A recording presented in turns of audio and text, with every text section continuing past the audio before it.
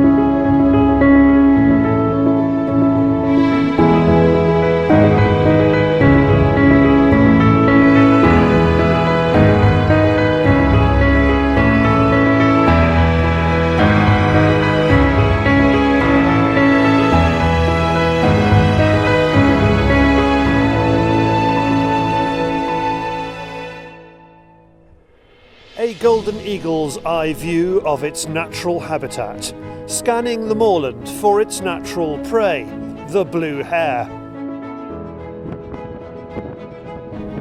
Waiting on in this way is just one technique an eagle falconer uses to get his birds hunting.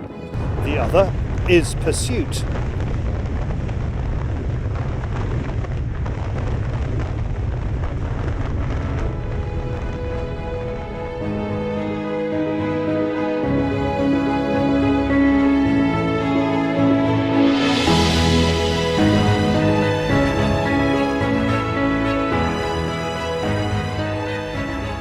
Roy is up in Scotland's Angus Glens. It has taken weeks to get all the birds flying fit, ready for the trip, and they're going to need to be. The weather has turned and the conditions are tough. This can be the joys of the Scottish Highlands. I hate to think what wind we've got at the moment, but we are struggling to stand up. I mean, luckily I'm a bit of a weeble, so I always pop back up, but it is absolutely blowing a gale. So what we're going to try and do is get over the rise and hopefully find some hares in the lee of the hill.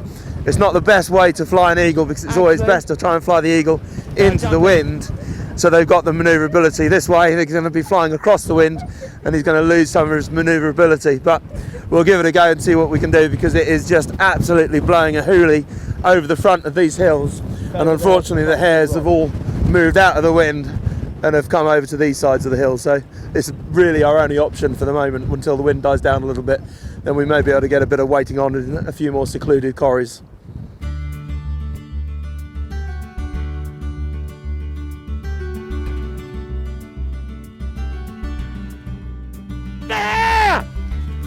Roy's younger eagle, Baby, is flying today. They sit high above the dogs, controlled by becks and forbs. The hares are here, but once they get a charge on up the hill, the eagle's advantage is lost.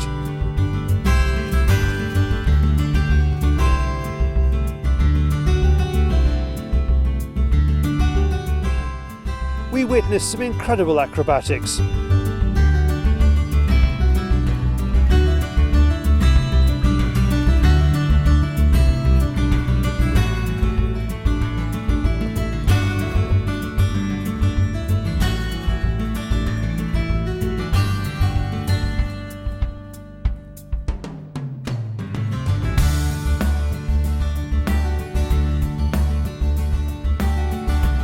That is just where eagles come into their own in this sort of terrain, in this environment. But again, this is what they've evolved to live in.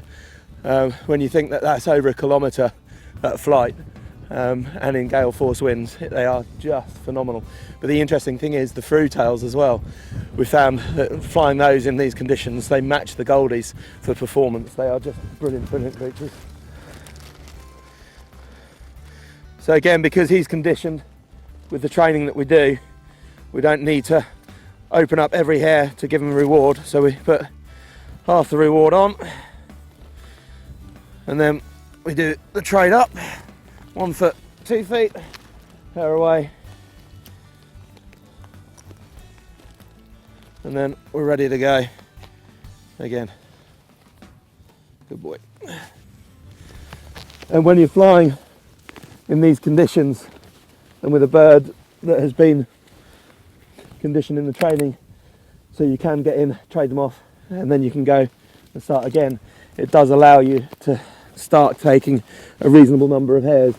And over the last couple of weeks, we've actually managed to catch enough hares to be feeding 8 or 9 people back in the lodge of an evening.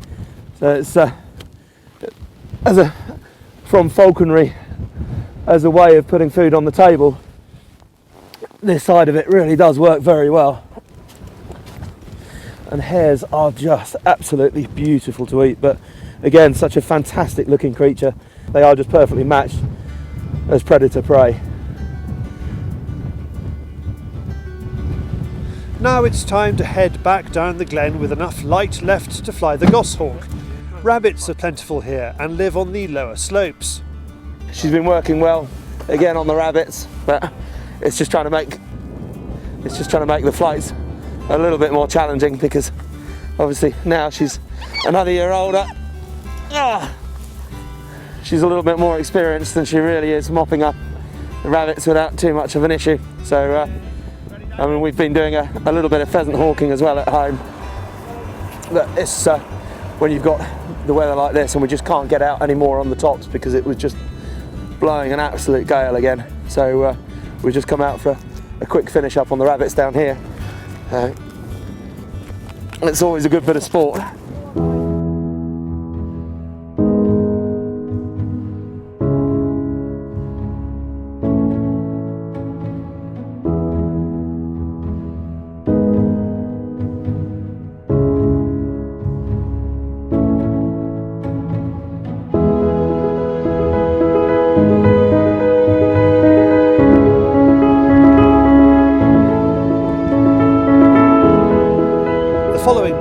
Snow and wind.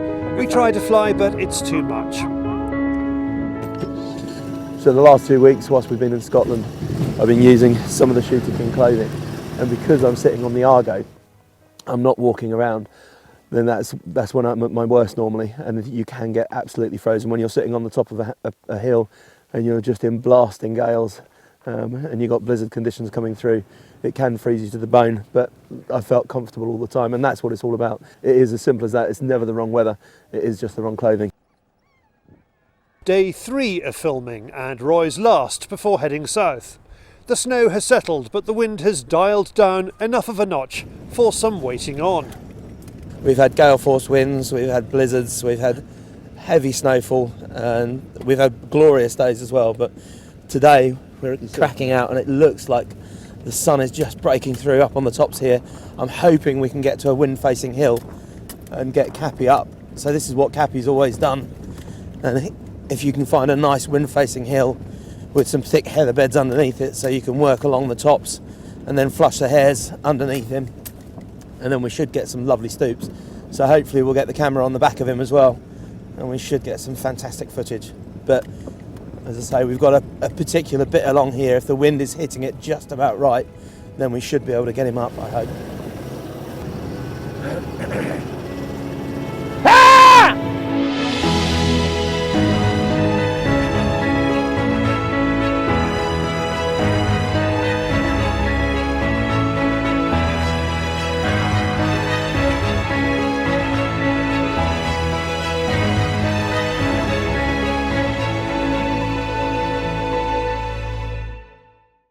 Well, that worked. We were coming back across to come back up to the cars, and as we were going up, we flushed a hare that was running back up over the top of the mountain, and where Pappy had got the elevation still, he was able to track back over the top with what wind was there and take the hare. So hopefully we've got that on his onboard camera and we can see what happened.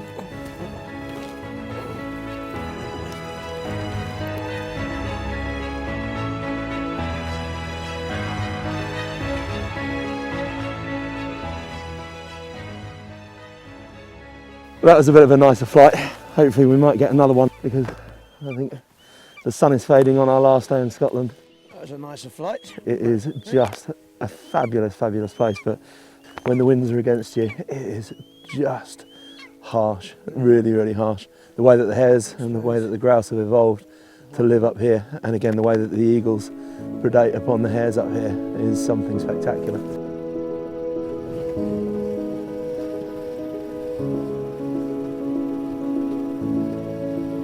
We leave the glens where we started, flying on the back of an eagle, enjoying a Scottish sunset.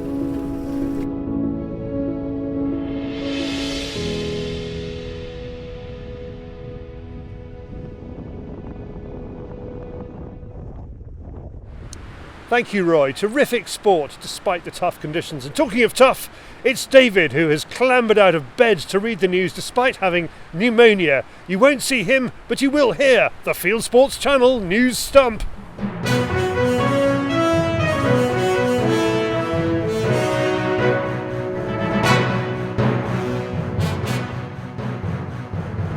Her Majesty the Queen enjoyed the Cocker Championship held this year at her Norfolk home, Sandringham. She presented the prizes, including first place to Jamie Smith, whose Abian Flawless took the 2018 title. She owns her own field trial champion, Mallowdale Diamond. Bad luck on the East Sussex and Romney Marsh hunt. A few of its hounds strayed into a cat's home. The owner of the Celia Hammond Animal Trust in the southeast of England told reporters that the hunt came through in full cry, chasing both a fox and a deer, and that 10 of her cats are missing. She called the police, who say that this isn't true. The police told newspapers that the hunt collected the hounds, the master apologised to the property owner, and there was no injury, damage or criminal offence. One of the UK's top shoots has changed hands. We filmed Leckwethy Garth in action earlier this season. It went on the market last year, minus one of its most spectacular drives, priced at £4 million. The new owner has kept the same shoot manager, Martin Lott, and plans to open up drives across 1,500 acres of previously unshot land on the estate. Now, if you're into big game hunting videos, Fieldsports Channel viewer and professional hunter J.M. Venter from Tanzania gets in touch about his new line of hunting videos. To watch them, go to his website, jungle.shopstar.co.za. Hunting tech is scaring the US state of Wyoming. Improved crossbows, live streaming trail cameras and smart rifles such as this one from Tracking Point have prompted the Wyoming Game and Fish Department to look into whether their new gadgets is fair both to wildlife and to other hunters. In 2016, Wyoming banned the use of drones as a hunting tool. An American YouTube channel has held a week of hunting for college students. The Hunting for Sustainability program from the Backcountry Hunters and Anglers channel aims to spur new conservation-minded hunters and anglers while also engaging with college students who already hunt and fish. And it's expanding to more states. He posted this film of the program. And finally, aunties reckon they've come up with a new way to ban coyote hunting. The American Voices of Wildlife animal rights group is petitioning the New Hampshire Game Commission that the coyote's wolf ancestry makes it a wolf, so should have a lengthy closed season. Aunties are now promoting the word coywolf to describe the large New Hampshire coyote, which is annoying biologists who confirm that the coyote is a hybrid or a variant animal, not a distinct species. You're now up to date with Fieldsports Channel News. Stalking the stories, fishing for facts. Thank you, David. Now, another way for you to keep up with news of shooting in the UK is by being a member of Basque.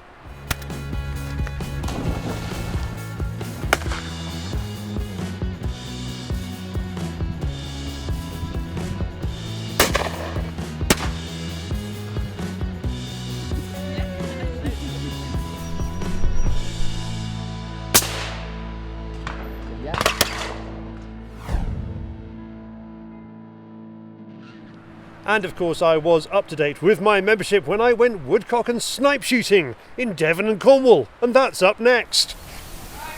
Forward, Stevie! Amazingly difficult difficult to shoot, notoriously tricky to drive. All of them delicious to eat. Snipe, woodcock and golden plover make a wild bird day truly fast and furious. But nothing in this kind of shooting is guaranteed. Last year on one drive it flooded a couple of days before, the water went and then all the worms rose up, and in one drive we saw 200-300 snipe. But today obviously it's so wet everywhere, the snipe is spread out over a bigger area, so we only saw 20-30 snipe on each drive. We are just outside Bude in North Cornwall, a mecca for snipe, woodcock and their shooters. A couple of times a year the Youldons run a family wild bird shoot on their land and other farmers' land nearby. The migrating snipe arrive in the autumn, and the woodcock traditionally arrive on the second moon in November. It depends on the frost and the cold weather. If you get a lot of cold weather up in the Midlands, up in Wales, they tend to push the woodcock down this part of the country because it's a lot warmer. We're 5 miles from the coast, so we're still quite a lot warmer down here, and that's what brings them down really. So it's all dependent on that really. Shooting them is not like shooting pheasants. There's lots of changing position to do, so you have to stay alert and see where the birds are flying.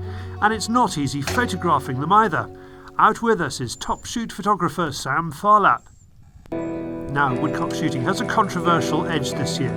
The Game and Wildlife Conservation Trust has asked British shooters to exercise restraint and preferably not shoot woodcock because of reports of a poor breeding season in 2017 in Western Russia, where some of them come from. There'd be days where we'd see 40, 50, 60 woodcock over the years. Some days where you'd see 20 and 30. And to be honest, we do listen to what a lot of people say about the woodcock population, but we don't really go out to shoot big numbers of woodcock. We're not a commercial shoot, we're a social day. And again, if you would be happy with that bird at the end of the day, if you see a left and a right, you're going to go for it. But especially beginning of the season, we don't really shoot them so much because they're quite flappy and tired from the migration, so we'd leave them. So it's all about being selective with your game birds really. New Year's Day onwards, we don't really shoot in December, and if we do shoot December, it'll be all snipe, predominantly snipe. A few days later, I'm out with guns on another snipe and woodcock shoot day, this one organised by a nearby hotel, the Arundel Arms in West Devon. It varies from year to year and week to week, but overall we found a lot of woodcock, and yeah, it's been a good season generally. We tend to do one or the other, and it's either woodcock or snipe, but we have had some good snipe days. Certain days I think woodcock numbers may have plummeted, and then you'll go out and we'll put up 30 or 40 and have a nice bag, so it varies a lot. And you're not showing restraint or anything like that? No. Is that because the number gets through anyway, or just because you reckon it's around? On Tuesday we probably put out 30, there was 20 fired at and they had 2.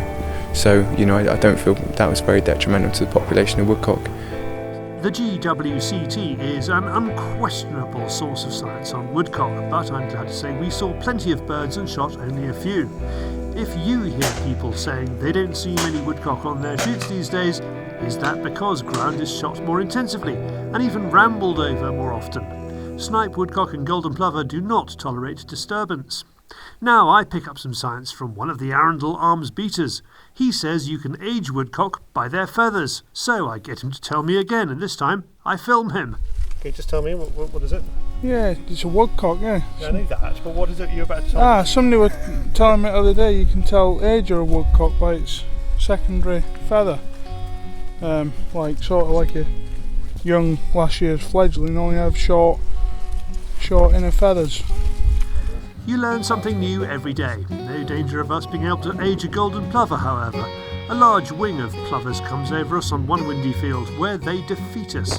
How did I miss those golden plover? Because they were too high. But they look like they were, it's the same sight picture as a snipe. They look like they were close. Yeah, they're a big bird. They've actually got an 80 centimetre wingspan, so yeah, a lot of people think that, they're well within shot and they're probably 2 gunshots, but it was worth a go, wasn't it? It was our only chance, so. I have more luck with a pheasant. On a wild bird shoot, you may take every chance you get. Yes, it's close, but I had to race it to the gorse bushes to put it up, so I feel I deserve it. Over the 2 days, our bag includes teal and pigeons too. Get in touch with the Arundel Arms if you want to go on a shoot like this. We had a brilliant time. Thank you to the Youldons and thank you to the Arundel Arms for putting it all on. Now another bunch of sportsmen. It's back. It's Hallo Charlie.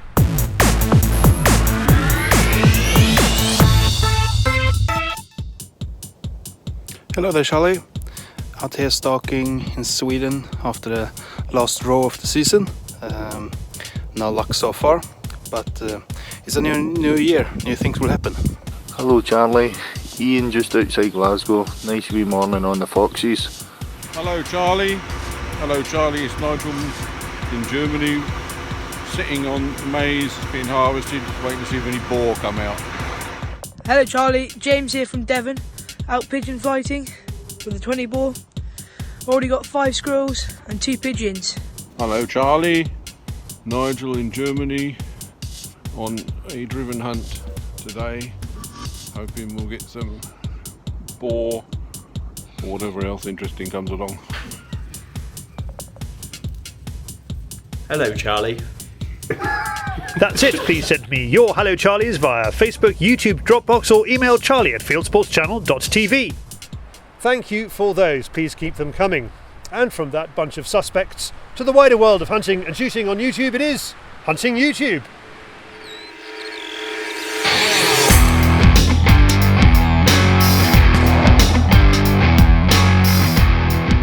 This is Hunting YouTube, which aims to show the best hunting and shooting videos that YouTube has to offer. The hunting equivalent of Milli Vanilli, a German channel called unequivocally Hunter Brothers, has put out this film of one of them, Paul, stalking on the west coast of Scotland. Dramatic views, and this is an excellent shot.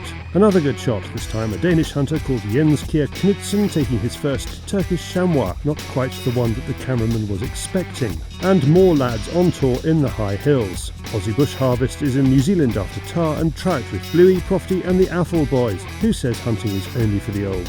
Now, the island of Ireland is a great woodcock destination, as this film from Glens Hunting and Shooting shows. Out in wintry weather in December, they are in the Antrim Hills. And another place that goes nuts for woodcock is Spain. B.O. Catha Ipethka found it hard to find birds to start with, but then gets into them. Hampton Rutland makes films from animations to DIY. Here is his film about 8 days in Alaska after harlequin ducks, a kind of sea duck.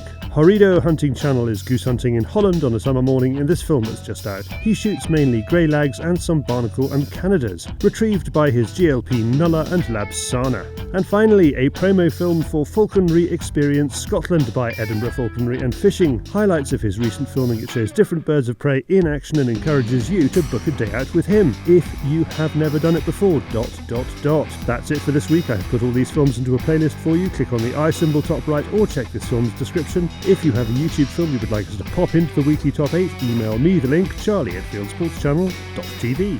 So we are back next week. If you haven't done so, please pop over to our website, fieldsportschannel.tv, where you can click to like us on Facebook, you can follow us on Twitter, you can subscribe to us on YouTube, and you can even pop your email address into our register page. Our constant contact form will contact you about this show. It's Field Sports Britain. It's out 7 p.m.